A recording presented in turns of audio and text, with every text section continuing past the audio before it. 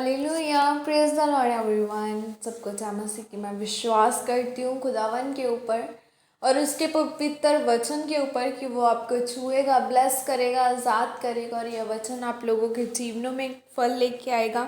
आओ मैं उस पाक और पवित्र वचन को पढ़ती हूँ जो वचन हमें परमेश्वर के दास अपोस्टल अंकुर यूसुफ नरूला जी द्वारा और परमेश्वर की दासी पास्टर सोनिया यूसुफ नरूला जी द्वारा दिया जाता है। आओ मैं जिंदा वचन को आपके लिए पढ़ती हूँ। शर्मिंदगी में भी खड़े रहें, जैसे कि पवित्र बाइबल यशाया 53 की 6 आयत में लिखा है, हम तो सब के सब भेड़ों के समान भटक गए थे, हम में से हर एक ने अपना अपना मार्ग लिया और यहोवा ने हम सबों के अधर्म का बोझ उसी पर लाद दिया। हालेलुया, आमीन। मेरे प्रियो, बाइबल कहती है कि जिस कारण प्रभु यीशु मसीह कुर्बान हुए थे वह कारण था आपकी शर्मिंदगी को दूर करना और आपको परमेश्वर के नज़दीक लेकर जाना। आज से 15 साल पहले जब यह वचन मुझे बोले जाते थे तो मैं प्रभु यीशु मसीह से प्रेम का कारण आमीन तो बोलता था, पर मैं दिल से यह विश्वास नहीं करता था कि मेरी इतनी बड़ी मुसीबतें ख़त्म हो जाएंगी। लेकिन बाइबल कहती है कि जो शक दिमाग में हो वह पाप नहीं है। पाप वही है जो शक आने पर आप काम करते हैं और इसी शक के कारण बहुत से लोग चर्च आना बंद कर देते हैं, प्रार्थना और उपवास नहीं करते और पाप में चले जाते हैं। बाइबल कहती है कि इंसान ने परमेश्वर को धोखा दिया। हवा ने वह फल खाया जो परमेश्वर ने उसको खाने से मना किया था और वही फल उसने आदम को भी दिया कि वह खाए।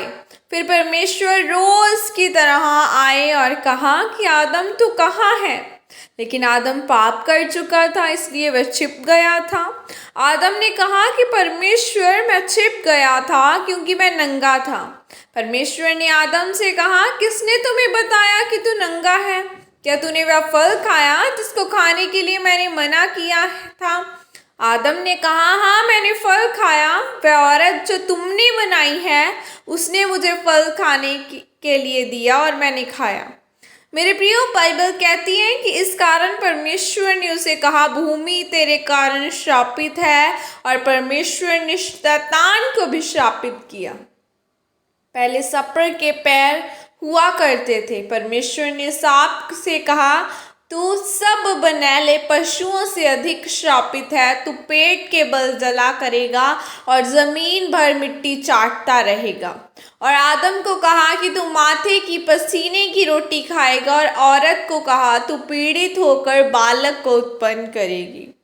मेरे प्रियो, उत्पत्ति 3 की 21 में जब आदम और हवा ने पाप किया और यहोवा परमेश्वर ने आदम और उसकी पत्नी के लिए चमड़े के अंगरखे बनाकर उसको पहना दिए। जब आदम और हवा ने पाप किया तो परमेश्वर ने उन्हें उनके पाप की सज़ा दी, लेकिन परमेश्वर ने उनकी शर्मिंदगी को भी दूर किया क्योंकि वह नंगे थे और पत्तों से उनके नंगेपन को छुपाना चाहते थे। बाइबल कहती है कि यहोवा परमेश्वर ने चमड़े के अंगरखे बनाकर उनको पहना तो दिए थे, लेकिन वे अंगरखे कहाँ से आए थे?